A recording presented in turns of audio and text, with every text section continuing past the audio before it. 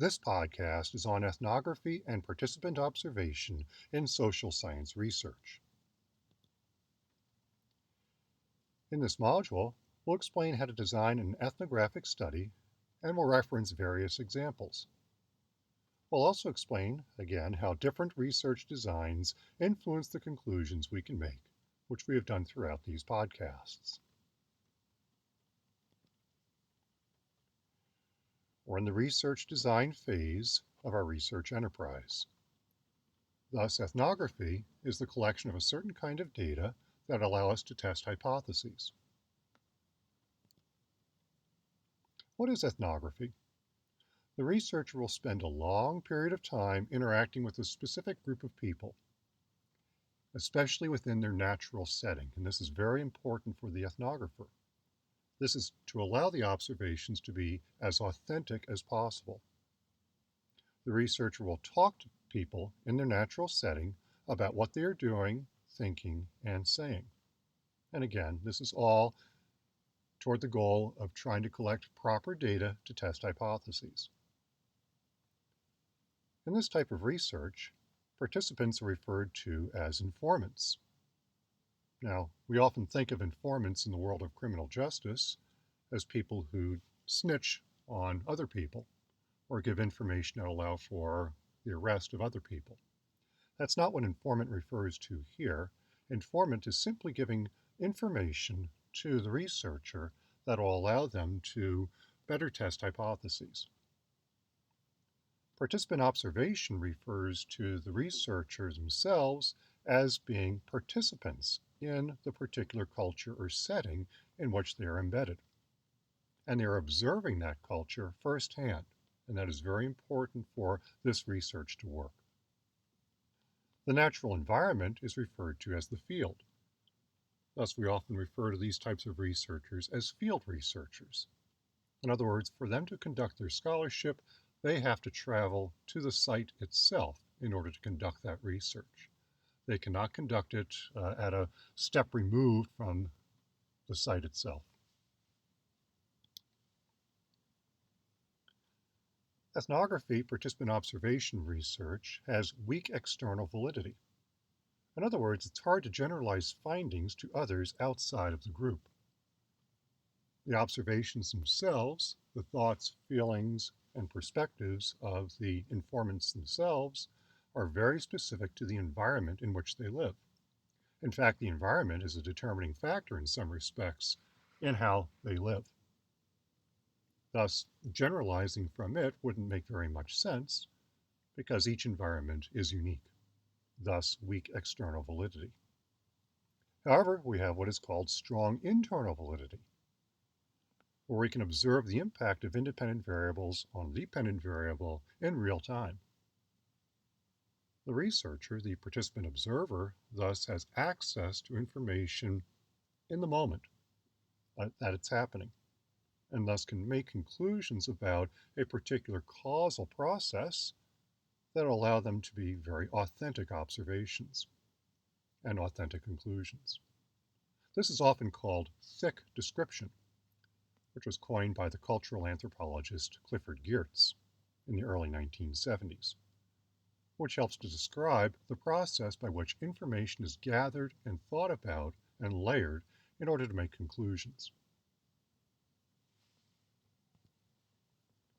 What are the design steps to an ethnographic participant observation study? One has to first find a research site, an environment in which these hypotheses can be tested. Thus, the hypotheses are often very specific to the site itself. Then the researcher must gain access to the site, often requesting permission of the participants, of the informants themselves. Finding informants is key. Within this environment, not everyone is going to welcome a researcher who is intending to observe them. And think about the Hawthorne effect as well as a potential, where people who are observed often behave differently from people who are unobserved. And that's an issue in this particular type of research. So some people may be less likely to interact with the researcher. They may not be trusting. The researcher should carefully select who they interact with. and try to find a representative group of people to talk to or interview. Indeed, the data collection is mostly from interviews. So the information is verbal. Sometimes it's pictorial as well, but mostly it's verbal. And to analyze these data, we have to be able to select relevant information. It's kind of similar to the interview and focus group process, and try to find similar patterns among informants.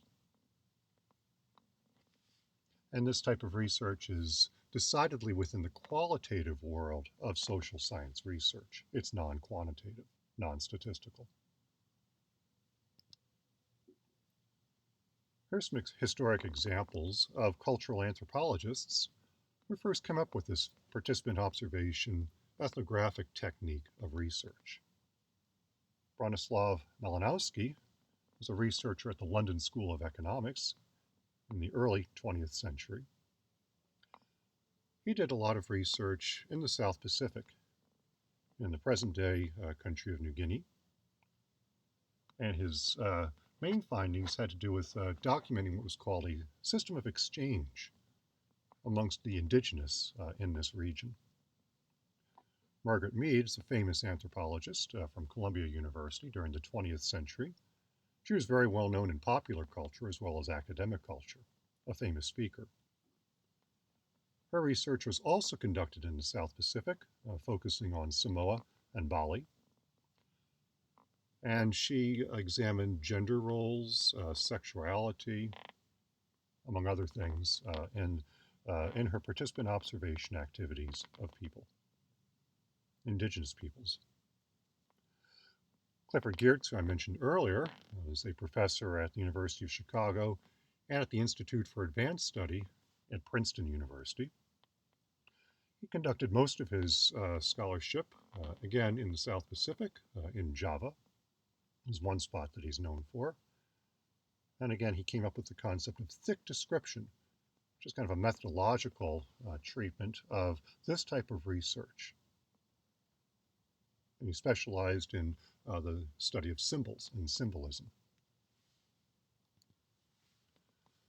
A modern example of this type of ethnographic participant observation research in the world of politics is from Gidley and Luckett in 2023, the dual institutional work of Lyra's Walk, Partisan Violence and Peace Protest in Northern Ireland, which was published in the Journal of Organizational Ethnography very recently.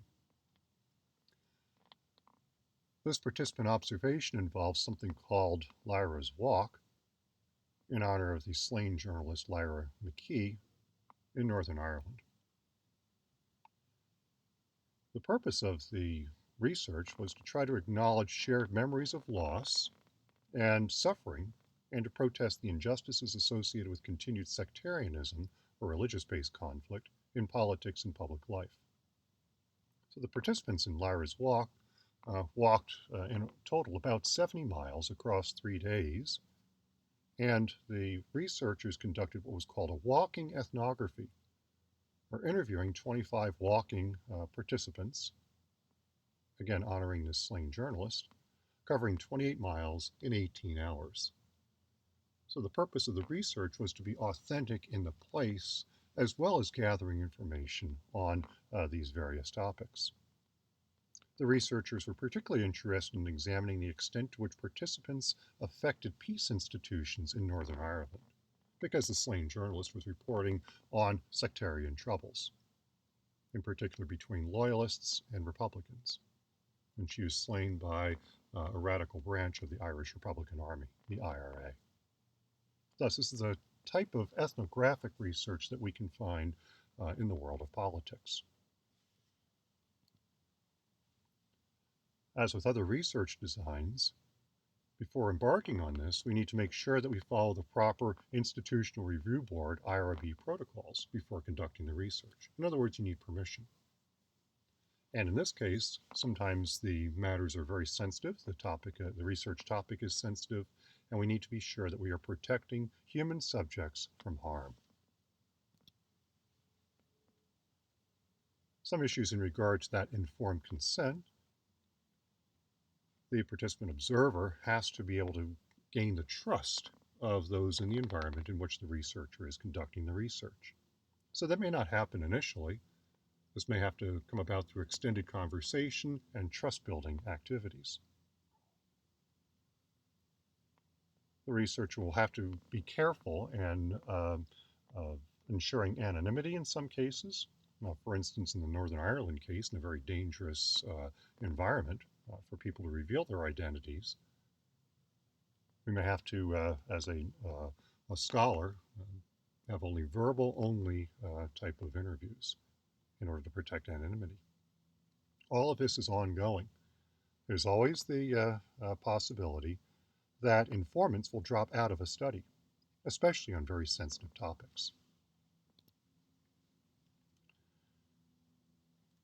Since ethnography involves traveling to the site itself, we need to make sure we have funds in order to get there and sustain ourselves in order to conduct the research, because this could happen over weeks or even months. In fact, the cultural anthropologists will often spend years or decades in the environment so that they have a better understanding of the people that they are studying. So we may need resources for traveling and extended time living expenses. Also, part of this research involves trying to thoroughly understand the social network, the structure, prior to engaging in the field work. So there is a lot of preliminary research in order to better understand the sectarian environment in Northern Ireland, for instance. Reactivity is another way to say the Hawthorne effect. So participants behave differently because the researcher is there. They may want to try to please the researcher, or they may feel particularly critical toward the researcher, so may behave in more extreme ways. Those are all potentials. And all of this could affect the objectivity of the findings as well. The researchers could bring their own biases into how they analyze the results. The characteristics of the researcher may also influence how people talk to the researcher. In other words, there's a kind of a complex intersubjectivity mix that might make the conclusions be subjected to bias. So ethnography is certainly a valid and recognized way to conduct research, but it has several design issues, as with all the other design issues that we've examined in this course, that have to be overcome. And that concludes this podcast.